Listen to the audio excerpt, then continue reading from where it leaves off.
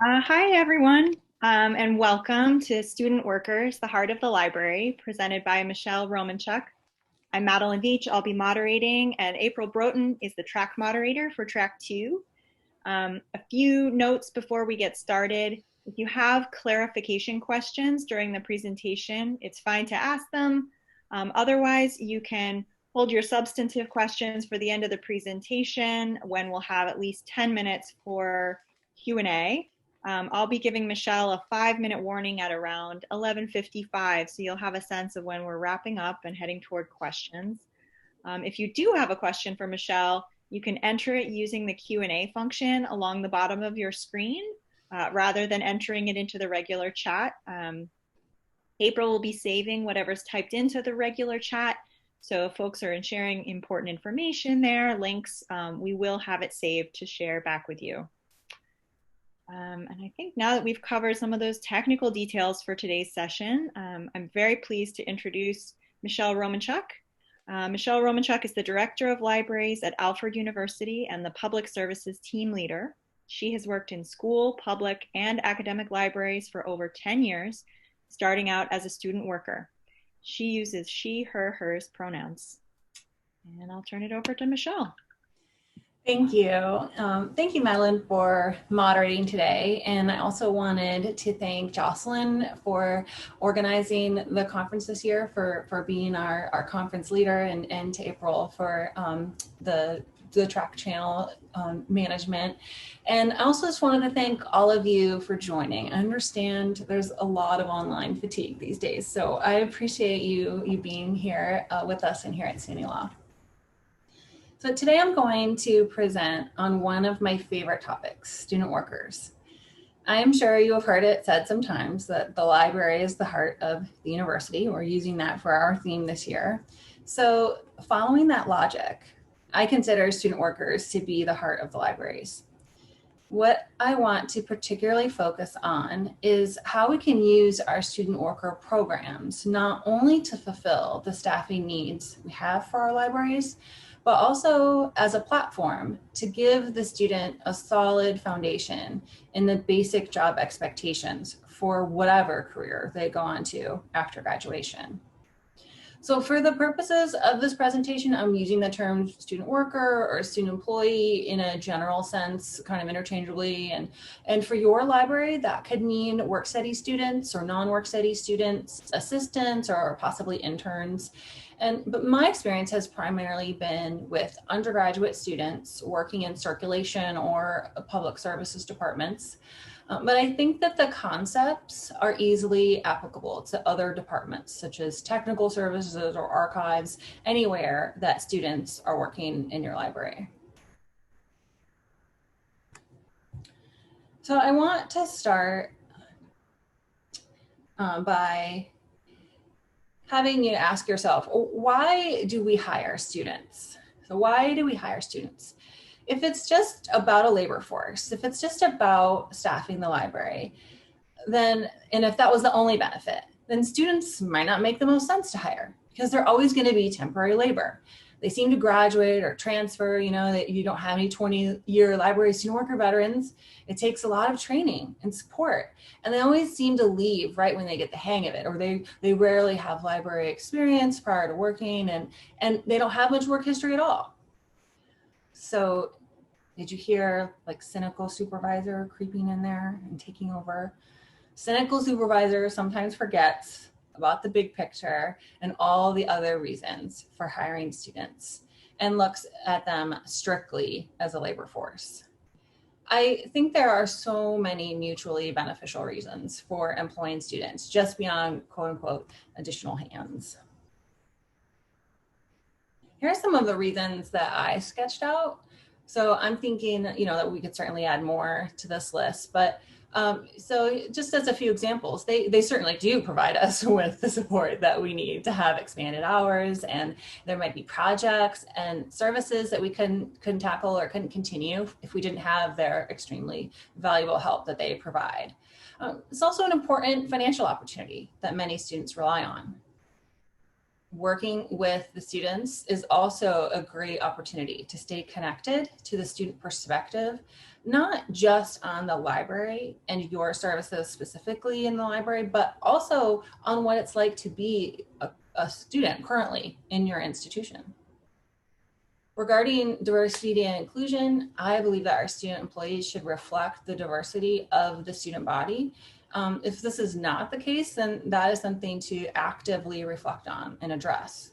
And I would say that just diversity in general in our profession overall in librarianship is something that we need to work on. Also, the relationship that we build with the students that are very enriching. We have an opportunity to nurture and mentor, and we joke with our student workers that we will parent them if they let us, and some of them do. But I find that I benefit as a person too, just from simply getting to know them. And I find that the students can really challenge us in our profession in a very productive way. The last point I wanted to make about the benefits of employing students goes back to what Cynical Supervisor was saying regarding students not having much prior work experience. I think one of the greatest, just one of the many benefits, one of the benefits for the student can be the work experience, the job readiness that we can give them. It can be an opportunity for the development of transferable skills and professional experience that they can take with them after graduation. So this is where I want to focus today, around this last point, how we can use our library student worker positions to actively prepare our students for post-graduation employment. And that the work experience, that the job isn't just a job, but that the job readiness is also a part of the education, the overall education they are getting in addition to the classroom experience. One of my first jobs as a librarian was as a children's librarian. So we're going to take a quick pause for story time, and I want to give you the background and tell you how I got here and how I came to shift my personal view of what a library work study program could be. In the spring of 2017, I started at the New York State College of Ceramics at Alfred University. Our campus has 2 libraries, Herrick and Scholes, and I was originally hired at Scholes Library as the user services librarian. And that position had at the core of it responsibility for the circulation desk and the associated student workers. And at the time, there were 45 workers. So we average now about 30 in each building, but at the time there were 45 student employees. And so my previous position had been at a community college library where I had 4 student workers. So that was a big adjustment for me. When I had 4 students, I could do a lot of individualization and training and feedback. Basically everything was one-on-one, and it was very nice. But with 45 students, that being a much larger scale, every issue that arose, it just suddenly seemed to me like a trend. And I will admit that I felt very quickly overwhelmed. So some of the themes that I noticed were many students were not showing up on time. They gave little or no notice if they couldn't make a shift. They would, many would put their schoolwork before their job duties or not even initiate their shift duties until unless they were specifically prompted or asked, and lots of socializing. So I was still new to management and supervision, and I will admit, not proudly, that my first reaction to notice these things was frustration and irritation. I had a little bit more of the cynical supervisor in me than I'd like to admit. And I remember thinking this exact thought to myself. I remember thinking, what's going on? It's like they don't even know how to have jobs. And that's when it hit me. I was like, oh, they don't know how to have jobs. So this was a big library epiphany for me. And I know it seems basic, but I was very new supervisor. So, okay, they don't know how to have jobs. Well, why would they? So I had started mid-semester and I hadn't hired any of these, students. And so I realized, and I verified this because I went through their applications and looked through them, and I realized this was their first job for many of them, or the first type of job in this environment of something similar to an office, customer service desk type environment. So my whole state of mind, my whole perspective on how I reacted to these behaviors and what I saw just shifted. And it became a part of my job to teach them how to have a job. So, okay, we can start there, I thought. So at this time, I adopted one of my sayings that I use with the students, and that is that we will meet you where you are and help you get to where you want to be. So now I've used this phrase, job readiness, about 10 times already. So let's clarify, what do we mean when we say we're going to prepare them for job readiness? So the Workforce Innovation and Technical Assistance Center describes job readiness or workplace readiness as a set of behaviors or skills that are necessary for basically any job. And so this includes things like how to interact with a supervisor and with coworkers, what that dynamic should look like, what to expect there. The importance of timeliness, not only with your work and with projects, but also with your attendance. Understanding how we are perceived by others, communication and acting professionally, and good interpersonal skills. And now, if you're not familiar with NACE, this is another great resource. This is the National Association of Colleges and Employers, and they do an annual survey of employers, and they specifically ask, what skills are you looking for on the resumes of recent graduates? And so these are just some of the top skills. And so we've got things like communication, problem solving, working on a team, initiative, being detail oriented, technical and computer skills, flexibility, tactfulness. Now, if this doesn't sound like a description of library student worker, I don't know what does.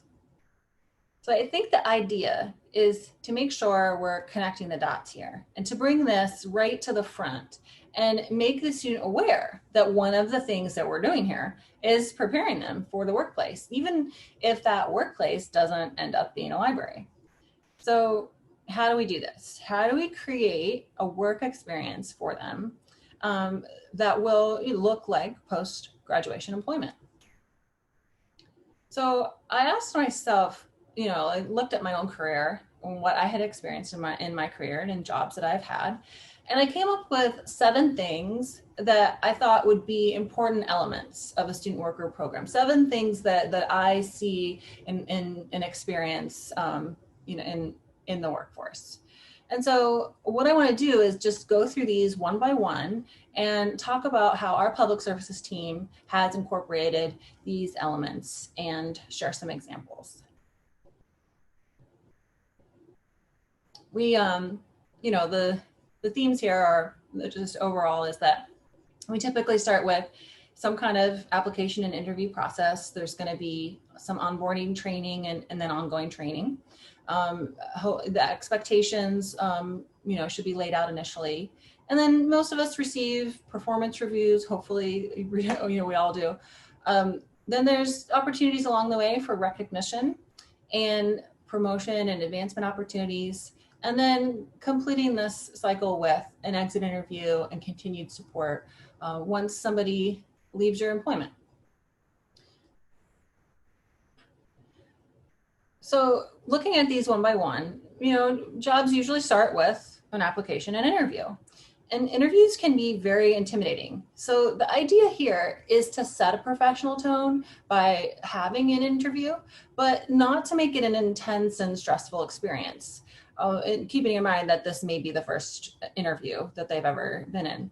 So there are also opportunities to keep practicing interviews along the way, such as when applying to be, a student supervisor, for example, and we'll talk more about that.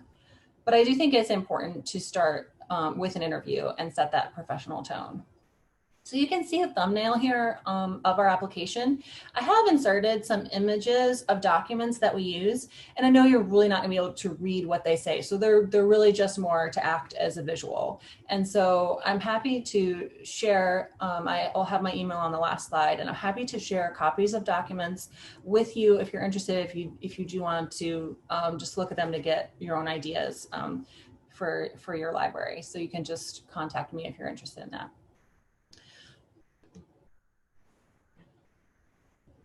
Now, onboarding and ongoing training is crucial to a good work experience. I'm sure you know training is not a one and done. It's not just something that you show up for and you're trained. It's a process, and it can be ongoing, and it really can feel like an all the time thing sometimes, and that's okay. So typically at Harrigan Schools, we have a large group all staff training at the beginning of the fall and spring semesters. And this is a great opportunity to make students feel like a part of the team by having that training all together, and not only just from amongst their fellow student workers, but also as a member of the library staff. So we invite not only our students, but also all the librarians and support staff.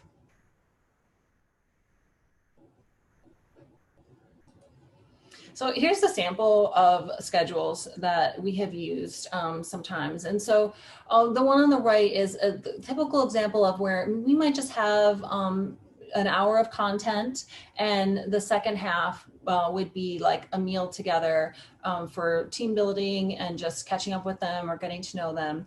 And in the typical year, we would just have an hour of content with rotating modules, so everybody gets the same information.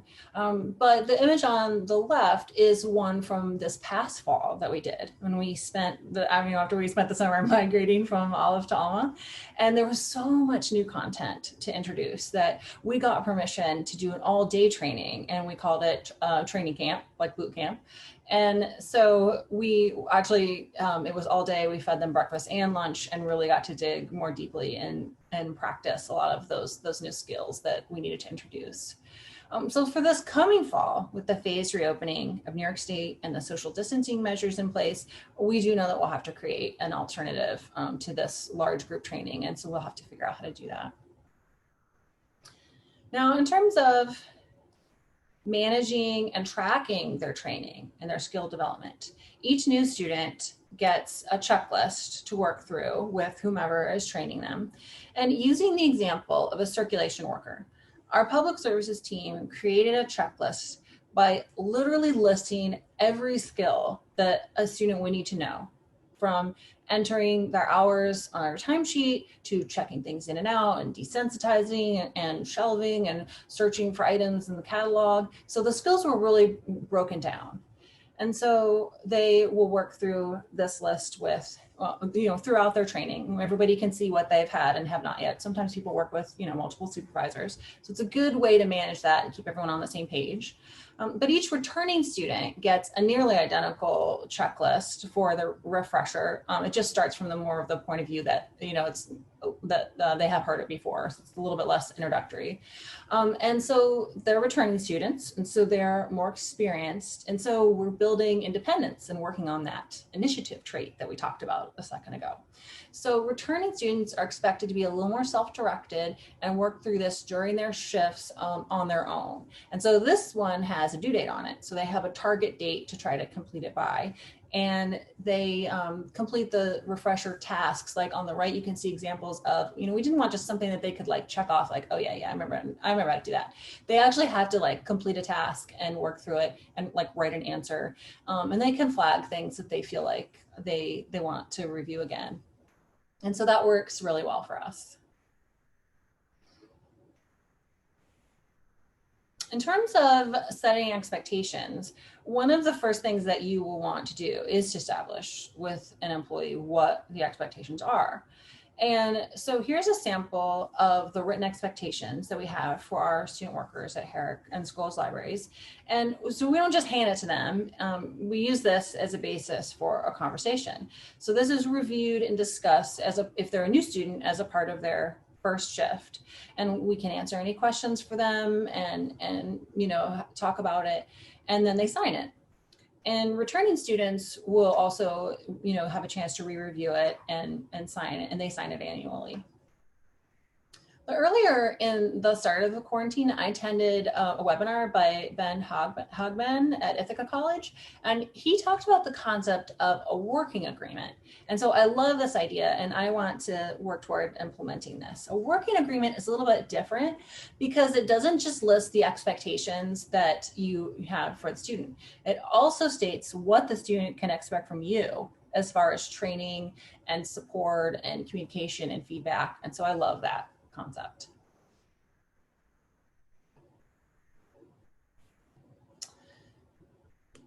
Performance reviews. Another key element to incorporate, I think, is performance reviews. So this is not something that I initially did.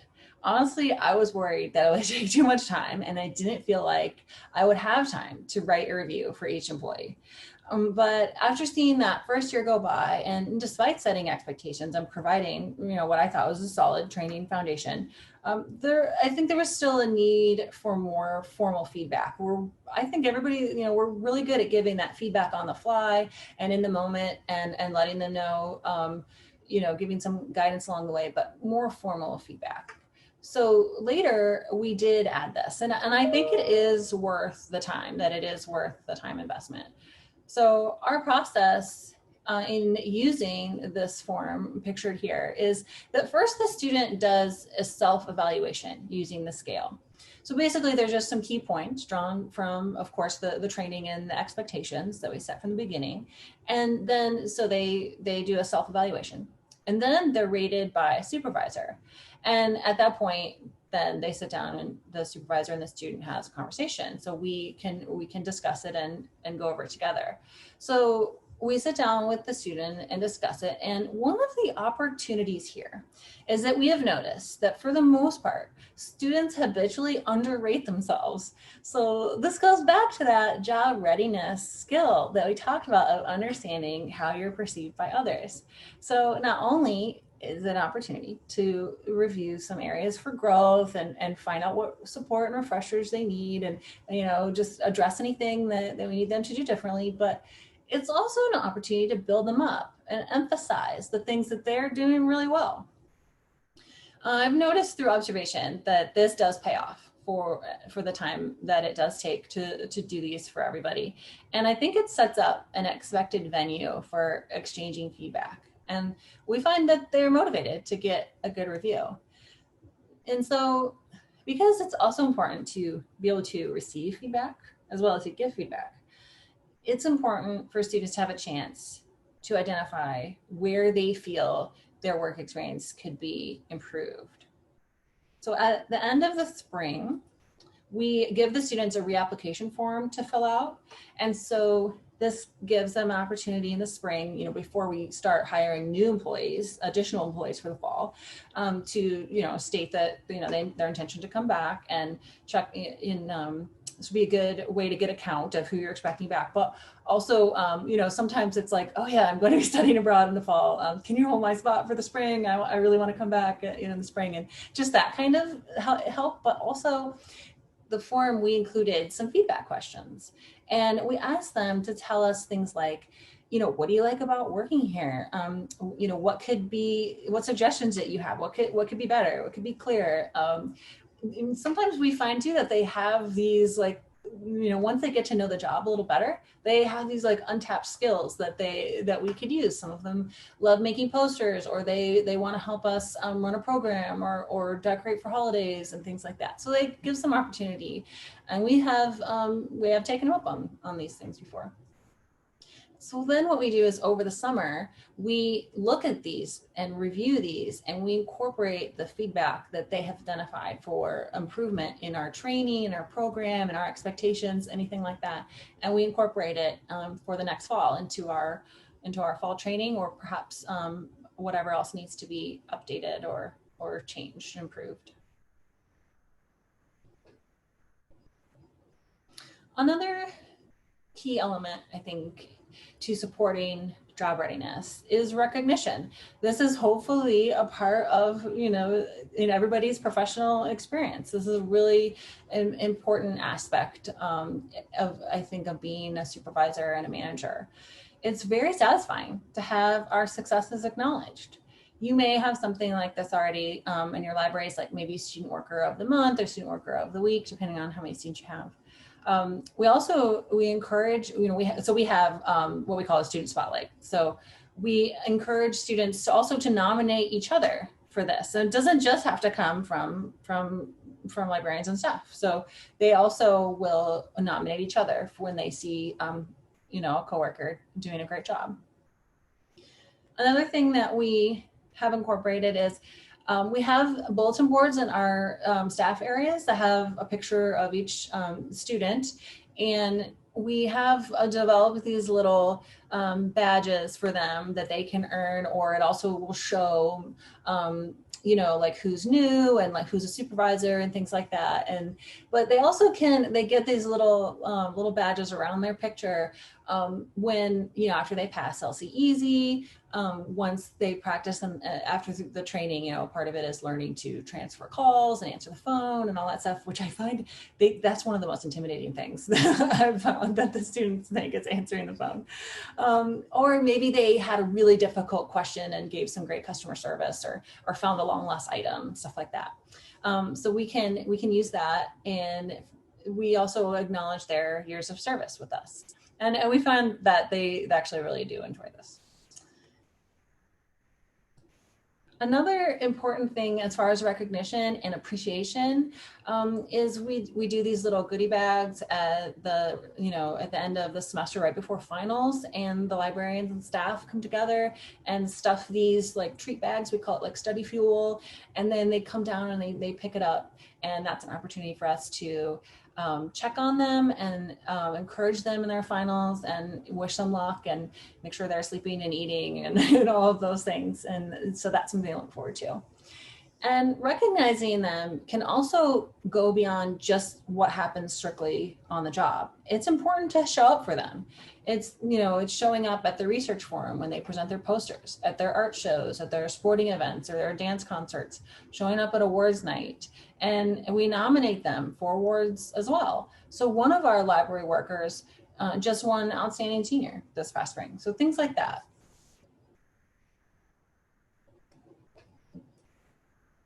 So I think that promotion and advancement is something that we appreciate in our own careers, the opportunity for promotion and advancement. Now, I understand that this may be an area where we can sometimes be more limited in what we can officially do as far as our human resources departments are concerned, or there might be budgetary limitations. But I think with some creativity, we can create opportunities. One option is if you have designated openers and closers, or sort of specific duties like that you can move people into. So for example, our library openers are key holders. And right there with that, they know that that's a trusted position. And so they recognize that. Our library closers will close the library without any other staff present. It's students only. And so they have to have some additional training for that position on the schedule to work at that time. And so again, they know that they're in a trusted role. And I think they do a good job of rising to that occasion. We have an opportunity also for student workers to become student supervisors. There will always be a student supervisor on one of those closing shifts and during some of the other times when the library is operated solely by students, such as Saturdays. And so we interview from our existing student workers for those positions. So, we regard it as a promotion. And so the right thing to do when you give a promotion is to give a raise. So this is where our creativity comes in. So we found that our HR department prohibits us from paying any work study students, an increased hourly rate. But we found that we are allowed to give a gift card as a prize associated with an award. So at the end of each semester, our student supervisors, and some of whom are our openers and closers as well, all receive a Library Student Employee Excellence Award and a gift card with that is the equivalent of about 25 cents an hour raise. So there can always be an acceptable workaround of some kind. That's just one example. The last element of a student worker job experience that would promote job readiness that I want to discuss is incorporating an exit interview. So if you can, it's good to try to sit down with students who are transferring or just changing jobs, but you always get that opportunity. So another great moment to do this is with your graduating seniors. So we have a meal that we prepare. Well, we usually cook for them, for our seniors during senior week, which is in May. And so it's a chance to say goodbye to them and just to spend some time with them before they graduate, but also to talk about their experience. So we share a packet with them that we have created And it gives some sample resume language for their student worker job, and also some talking points for future interviews. So I got this idea to formally give the advice and these suggestions and this practice when I saw how they were portraying their library job on resumes. Whenever somebody asks me for a reference, whether it's grad school or a job, I always ask them to send me their current resume. And so I saw, like here in this example on the left, is a screenshot from an actual student's resume. And it basically says, like, I checked books in and out. So unless you are applying to another library job, this is probably not very meaningful to an employer.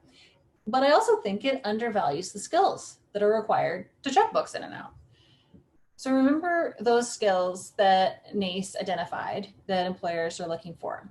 So I went back to that list and I sketched out some sample language that incorporates those skills and some more impactful language, just as an example for them. So on the right here is the rewritten resume sample. And there's two different headings because we have, just slightly give them those examples for whether they worked at schools or Herrick. And so they would choose one of those for the heading. But then for the bullet points, they're probably not going to use all of these. It's just that it gives a starting point for them to edit from to make it applicable to what they actually did. But it elevates checking books in and out, to that higher level skills of like provided high level customer service in a fast paced environment. The fact that they had to assist troubleshooting with technology, they were responsible for independently completing their task, learning all of the specialized software, things like that. So making that language more impactful and actually showing the skills that are needed. So as far as those skills and the talking points for an interview, as we look back at those job readiness skills and what NACE identified employers are looking for, we at the senior sit down at this event with the seniors, we sit down and we just try to kick off some of that thinking and practice how they can express and describe their library job during interviews. When they get a question interview, how can they draw on their library experience to answer it? So we go through some of these topics with them and we just start brainstorming things like, so tell me about a time, a customer service victory that, you were really proud of, and they start telling stories. And I say, like, remember when you started here and you didn't know how to use like LC or Olive or our web print system or the print management system. And, so you had to learn Olive and then we migrated to Alma and you had to learn it all over again, So how did you approach that? So we talk about, and get them to see how these skills can be transferable. We also try to point out that they can really tailor what they put on their resume and the answers to interview questions to the skills that the employer will be looking for. So for example, if you're applying, students are applying to something in healthcare or perhaps a legal career, it might be worth mentioning that they had access to private information through the student library account records. That's something that they're used to navigating. Things like that might not be obvious to the student or to the employer unless it's brought out. So this is where the idea of transferable skills come in. They're unlikely to use Olive or Alma in their next job, maybe, but the idea is that it isn't just I learned how to use Alma. It's that I was presented with new specialized software to learn, and I did, and that shows that you can do it again, and that you can approach a new situation and be successful in it. So I have another saying that I use with them a lot, which I say to the students that unless you won't be working with people or technology, I promise that this position is preparing you for any job that you will have after graduation. So the transferable skills, I just think, are not immediately obvious. And so that's why we practice talking about it. So some of the takeaways, I think, are, it's important to give this workplace readiness, this job readiness, as a stated purpose, a stated goal of your program. And I think that that makes it, increases the investment, and it helps everybody to be clear that it isn't just about working in the library, that is absolutely what we're doing here, but it's also about preparing you for future jobs. I think it's important to model all the behaviors that you expect from the student, of course, and that includes modeling how to apologize, how to admit when you messed up too, and how to handle those situations professionally. Things like that as well are important. And as I mentioned, emphasizing the transferable skills and helping them connect those dots and realize how this is going to be helpful to them in some way, and why they matter to you today, how they are helping you today to run the library, and how this is going to help them in the future.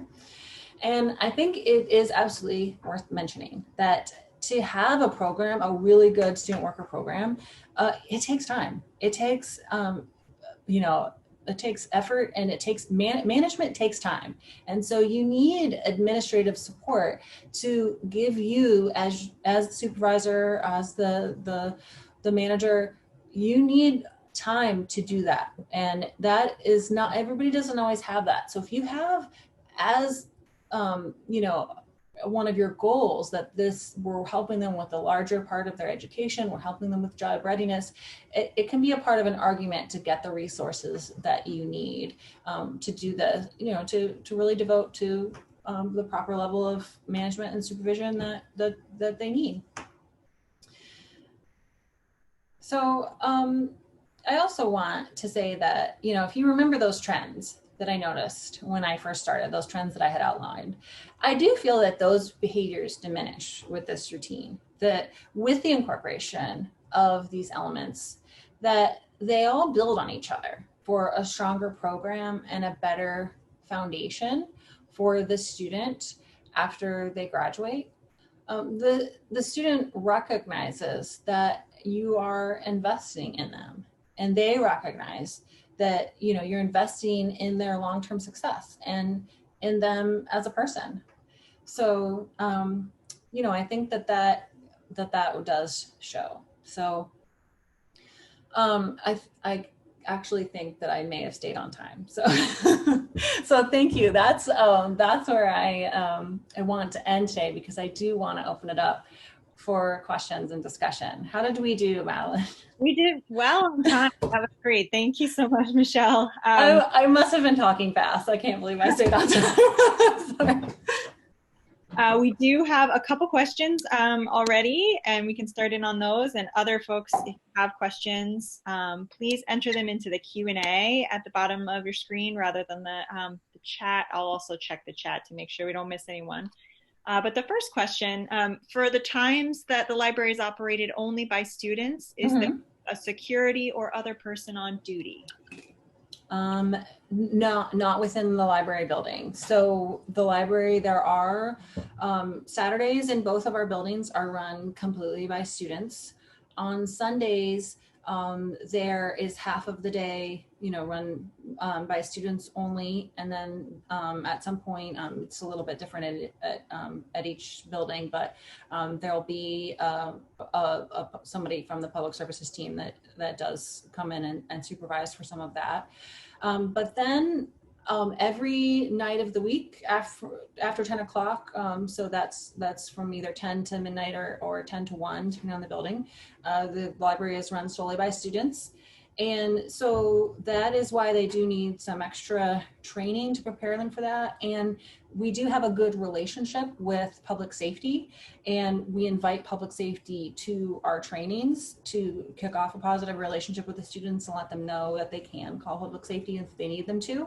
And we do ask them to do walkthroughs sometimes too. So that's, there are times when the library is just solely student run. Okay, great. I'm going to move on to, we're getting a bunch of questions coming in. Do you think collaborating with career services would be a good idea to implement this and to get the resources? I do. That is a great idea. And so I think that one of the things that happens sometimes is, if you just in talking with other people in your life. Have you ever found that people don't really have a clear understanding of what, we do in the libraries and what technical components there are and all the specialization? And so I think, what I have found is even sometimes in the Career Development Center or with Career Services, sometimes they even need to be brought up to speed on what those things are within the libraries. My sister watched me do a trial run of this, and I asked my sister to, partly not only because I knew she would say yes, but also because she is a career coach. So she has a business where she coaches people, works on their resume with them, does trial interviews, helps them make career transitions. And even she was surprised with what goes in, being somebody whose her job in life is to work with, career building. She was even surprised like what all goes into a library job, even at the student level. So I think that's a wonderful opportunity, especially if you're of limited resources. Great. It's a great resource to have your sister. Yeah. We have a question about, could you just explain LC Easy for folks who haven't used it before in training? Oh yes, thank you. So LC Easy is a tutorial that you can use to introduce students to Library of Congress. And my joke about it is, it's like that's why the badge had it said I beat the wizard, because it has this I don't know if it's supposed to be like a Harry Potter type thing or something, but he's got like the wizard with the white beard and the cloak, and they definitely work that into at least the version we have of it. And so LC Easy is a training component that we use, and then we just use it to introduce, because you still have to tailor whatever is really specific to your library, but it allows them to work through it and practice kind of on their own with nobody watching. And so they like to do that. And then our next step after that, after they quote unquote pass LC Easy, we have practice carts for them to do, where then they need to play with real live books to practice the organization. Great, that's great. Are students paid when they attend the training camp? Yes, absolutely. Training time is work time. And so that was the reason why I awarded it, though we got permission, because I knew that, not only did they need to come a little bit earlier, so we had to coordinate with Res Life on that, and they were very supportive of allowing the students to come a day, they had to come a day early.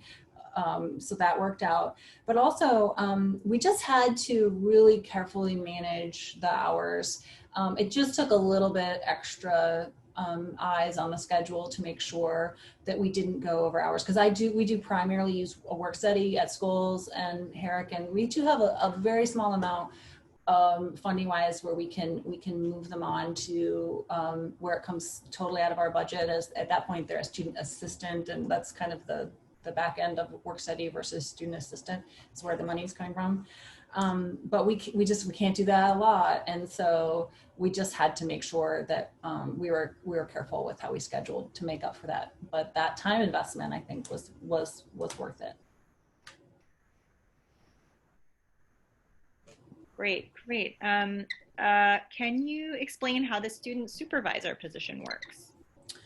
So because we do have a lot of shifts where we want to be open and have extended hours, but we don't have professional staff working, we needed to have some format, some structure where we know that the students would be prepared for that and would have enough training to be able to work alone without another staff person there. So the student supervisors are a student who is going to be a little bit more experienced, because we don't ever just straight hire for that job. They always have at least a year and generally 2 years of experience with us before they become a student supervisor, and they have to apply for it. And we talk about what we expect and why they want to do this, and what we have questions, and we have a great conversation. And then we do from time to time meet with that group specifically and talk about any issues or trends or safety issues, things like that.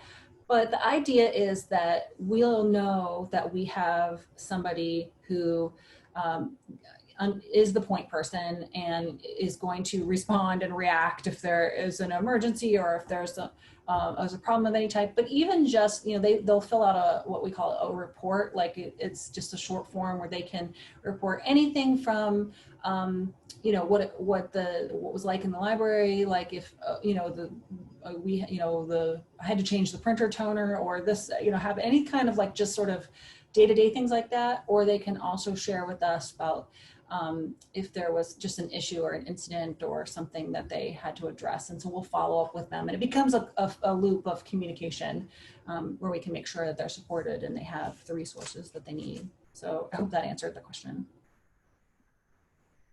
Great. How many student workers do you have? I think you might have mentioned, was it 30 and 30? About, yeah. It's, of course, each semester is a little bit different, but at this point, yeah, it's closer to, it averages more like 30 for each building. Right. And how often do you conduct the performance reviews you talked about? So at this point, it's a pretty new thing that we do. So at this point, the way we do it is,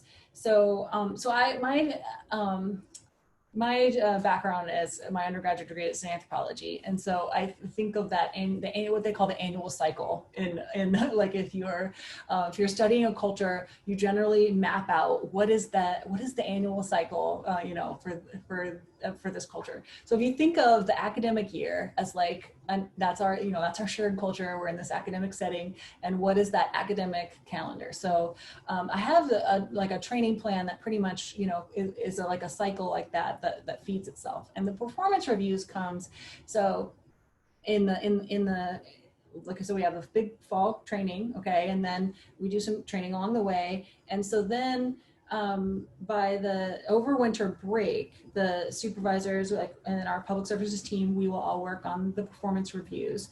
So right when they come back in the spring, we'll start sitting down with them one-on-one and going over them. So we found that having that time to actually write them over winter break made it more doable too.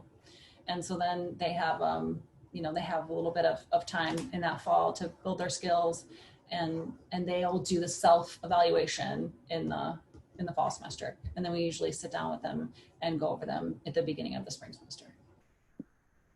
Great. I'm gonna hop into more questions, but I just want to note something in the chat. Someone shared the Kent State tutorial as an alternative to LC Easy for other folks looking for free resources. Awesome. Okay, so question here. Oh, I lost my place. Do you have work study students do any special projects targeted to their interests or skills? Yes, and that is another area where we sometimes can give them an opportunity to feel like they are given a special responsibility. So for example, in one of our libraries, the special collections is located right at the front door, right across from the circulation desk. And it's sign in access only. So it's locked, but you just have to sign in at the desk to be able to go in there. So it has like built up as this like really sacred space, and so when students show an interest in it and like an aptitude for learning how to handle the rare and delicate materials in that space, they might become then the designated person to shelve or do the statistics collection in that location. And that is something that is like a coveted position that they love. We also have one event that we do every year in the fall where we have a plant giveaway where we give away cuttings and little starts from all of our library plants so we start it in the spring and we grow them in K-cups. Because I hate K-cups and I think that it makes a lot of plastic waste. And so we were looking for an opportunity to reuse them. And so we did this big plant giveaway and we gave away like over 100 plants that were growing in K-cups. But then the next year we were migrating to Alma and I just was like, we want to do this. It was so popular, but like, how am I going to do this? So students showed an interest in taking it over, and they are the only reason that we had plants to give away the next year. And so then they took pride in that project and seeing it to completion. And so I said, this goes on your resume. That was a big project for them to continue and to make happen. So I could give a lot of examples of that kind of thing. Yeah. Great, that's a great example. It sounds like your library plants are a lot livelier than ours are. It's a lot of control. Yeah. This is a sort of two-part question. Are your students cross-trained to work at multiple buildings, or are they scheduled working at one building only? And a follow-up, if they are working in multiple buildings, how do you create an atmosphere of togetherness if you can't see all the students regularly? Yeah, so this one might be something that is really just specific to our unique situation of being a statutory college operated by a private university. So one of our libraries, School's Library, is a SUNY library that is a component of the New York State College of Ceramics. And the College of Ceramics is operated by Alfred University, similar to that Cornell public and private partnership as well. And so Herrick Library is on the private side, quote unquote, and School's Library is on the public side, quote unquote. Well, honestly, that is really something that is only in the staff's awareness, like the students, how, like, honestly, like that is just not a distinction that would be aware to them. But one of the ways in which it might become more aware to them is that the libraries have totally separate budgets. And so we have separate budget lines for our work study students, which does make it hard to share. It's not impossible. So remember, the creativity often is the solution. So we have piloted having a few shared student workers. And one of the reasons we wanted to do that is to get that feeling that the question alluded to, of that more togetherness, and that we are a library staff together. We actually refer to ourselves as AU libraries. You know, Herrick and Scholes we're a library team. And so we have started trying to figure out how to do that more. So what we have to officially do is they technically in Banner, which is our student management system, they actually have two jobs. They have to have a Scholes job and a Herrick job, because the money has to come from different places. So we can do it, but we have to formally split it and say, you work 3 hours a week here and 3 hours a week here. It can't be really like, it can't be too like loosey-goosey, but we actually have to like formally split it. And we can do that. It just means we have to set it up that way from the beginning. So in order to also build on that team, we used to have 2 totally separate trainings for each library in years past. And so now we do we found that, I mean, the skills that they have, other than like where the books go, like it's the same, with the same expectations. We're using the same instance of Alma. We have the same catalog, things like that. So we try to train together as much as possible. And any of those team building events, or any of the like when we hired a new member of our public services team and we had a dinner, you know, those kinds of things. It's like the senior sit down, that's all together. So we do those things together as much as possible. So I hope that answered your question. Great. And this kind of dovetails, this issue of scheduling, which sounds like it could be complex. How do you manage scheduling, and do you use specific software? We use LibStaffer at Scholes, and then Herrick has a Google Calendar, and then the Google Calendar sets up the initial schedule. And if anybody needs a sub, there's like an email address, you know, that everybody at the circulation desk shares. And so they need to have that, you know, every student they have the group email for, you know, saying, can anybody work for me at such and such time? So that, and then they have sub slips. So we actually at the moment, this is one of the vestiges of previous, when we did more things separately. We haven't quite decided if we're going to do LibStaffer both places, or just the more low tech, you know, having a calendar and you need to fill out a sub slip when you need a sub. We haven't decided like which one we're going to go with, and that's because I would love to know what other people do too, because I think LibStaffer is good, but there's some things that I don't like about it. Sometimes I think it can be buggy every now and then. And also I wish that you could prevent people from giving up a shift like 2 seconds before it starts. And I know that that's also a management issue. You can also set the expectations and make it very clear that that's not, you know, how it's supposed to work. But if there was a solution to that, I would love it more. Like if it would block you from being able to ask for a sub, like, you know, so many minutes or hours before the shift starts.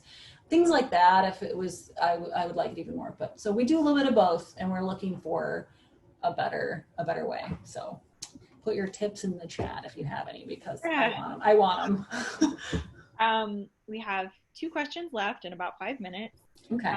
One is, when a gift card is given as a creative raise, is it paid for by the college?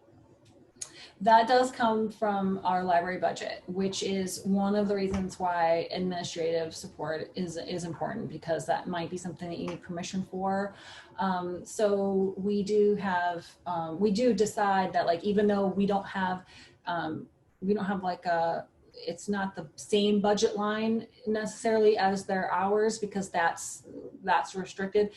We have just we found there is a budget line for awards that we allowed to use, and it's just a matter of our administration supports us putting money into that and using that. Like, so that is something that when your library administration sees all the benefits of having a quality student worker program, hopefully they're on the same page with you as that, then these become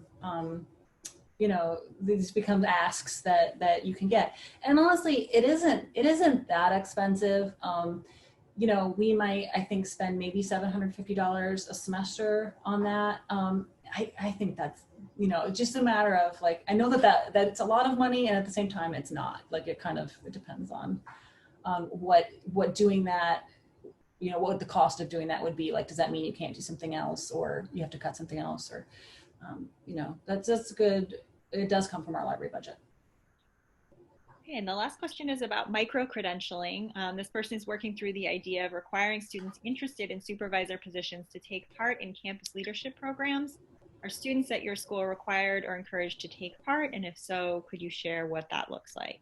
Oh, well, so that's interesting. We don't have anything like that we require them to do.